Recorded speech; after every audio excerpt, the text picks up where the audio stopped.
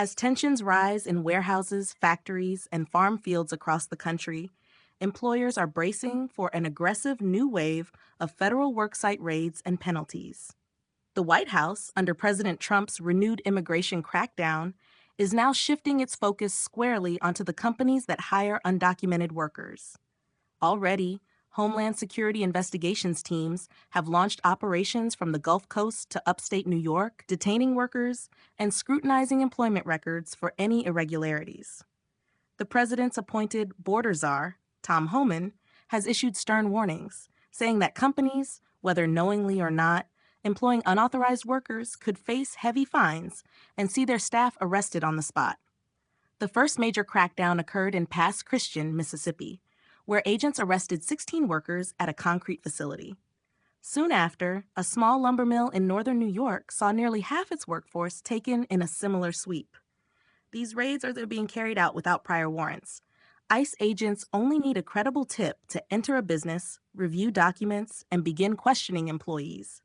No industry is off limits. Construction, agriculture, hospitality, and childcare are all under heightened scrutiny. Business owners across the country are responding with urgency. Agricultural CEOs are conducting emergency planning calls, hospitality leaders are issuing new compliance protocols, and legal teams are coaching management on how to respond if federal agents arrive unannounced. Many are re-verifying worker documents and preparing safe zones where ICE would need a warrant to proceed. Despite these precautions, the risk remains high. Even companies with airtight documentation can face investigations that result in workers being deported within hours, while proving the employer's intent can take years. Adding to the uncertainty is a mixed message from the administration. Following pressure from key industries, Trump hinted at possible leniency for longtime workers in agriculture and hospitality. Shortly afterward, ICE issued a temporary pause on non-criminal worksite raids in those sectors, but kept manufacturing, construction, and other industries on alert. Employers are left confused, unsure whether this is a true policy shift or a brief political maneuver. The consequences for violations are severe. Civil penalties can total millions of dollars, and repeat offenders risk losing their business licenses or facing criminal charges. With more than 20 states now requiring the use of E-Verify, the federal employment database, there's growing pressure to expand the system nationwide.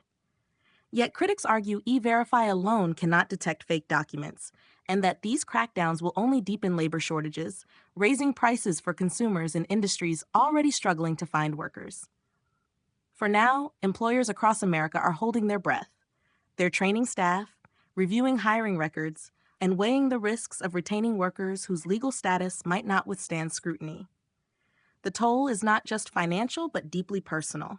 Families disrupted, communities shaken, and lives turned upside down in the early hours of morning raids. As policy whiplash continues in Washington, one reality remains: the next raid could happen anywhere.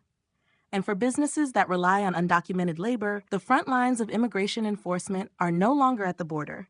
They're right at the factory door. This is In the Know News. Stay alert, stay informed, and be ready.